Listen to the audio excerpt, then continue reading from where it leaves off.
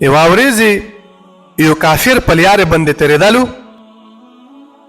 ښکور یې کړی و او ښکور کې سمسره نیولې وه. سمسره زموږ علاقې کې ورته شلانډه یی، چوک ورته سمسره یی، اردو کې ورته ګوه یی، عربی کې ورته زب یی.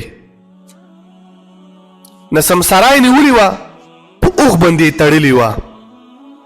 نه په لیارې تېرېدلو، د نبي علیه صلات وسلام مجلس لګېدلی و، صحابه کرام ورسره نوست وو. نو چون یې پوښتنه وکړه چې دا مجلس یې چا لګېدلی ده؟ ناکسانو ورته ویلو چې دا د اخر زمانې پیغمبر ده، د هغه مجلس ته ملګري صحابه کرام ورسره نوست دي. نو دو واپس راغلو اوښ ته، او اوښ نه یې شلانډه سمسره یې راکولو کړه. څنګه یې سره راکولو کړه، نبي علیه صلات وسلام مجلس ته راغلو. څه یې ورته چې ای محمده صلی الله علیه وسلم، اوره پورې به د زه پیغمبر نه منه، اوره پورې د زه آخري پیغمبر نه ګڼه، څو پورې د موته مړه سمسره نه وي ژمدی کړي.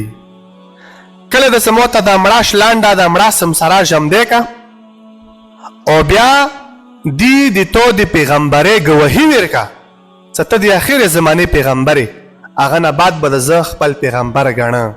که نیوره د پیغمبر نه منه، اول به راته دا مړه شلانډه ژمدی کړي، بیا چې کله ژمدی کړي، بیا به هغه نه بعد تو د پیغمبرۍ ګواهي ورکوي چې دا د آخر زمانې آخري پیغمبر ده.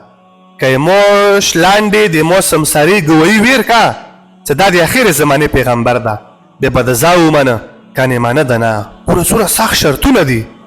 مړه سمسره ته ژمدی کوه، بیا چې ژمدی کړي بیا تو د پیغمبرۍ ګواهي ورکوي. والله ډېره عجیبه خبره ده. نو نبي علیه صلات وسلام ورته فرمایي چې تو شلانډه د تو سمسره کومه ده، مو ته راوړه. نو اوښ نه یې ورته سمسره راکولو که، نبي علیه صلات وسلام ته داسې مخ ته ور واچوله. څنګه سو ور وغورځوله، ګوره مړه سمسره یه، ښه مړه سمسرې ته په عربۍ کې زب یی. نو نبي علیه صلات وسلام ورته فرمایي چې یا زب، ای سمسرې، دا کافر دا داسې پوزیشن کې ویلوړ و، دا دوه لاسونه یې تشو ته ویر کړي وو، هغه دا سوچ و چې دا چېرته ژمدی کوی شي، او که ژمدی کړي به د پیغمبرۍ ګواهي ورکوي، دا خو ډېره ناممکنه خبره ده. نو هغه داسې پوزیشن کې ویلوړ و چې نه شي ژمدی کوی. نبي علیه صلات وسلام مړې سمسرې ته آواز وکړو، یا زب، ای سمسرې. بیا ورته چې یا زب، ای سمسرې. دریم هغه کې څه وکړو چې یا زب.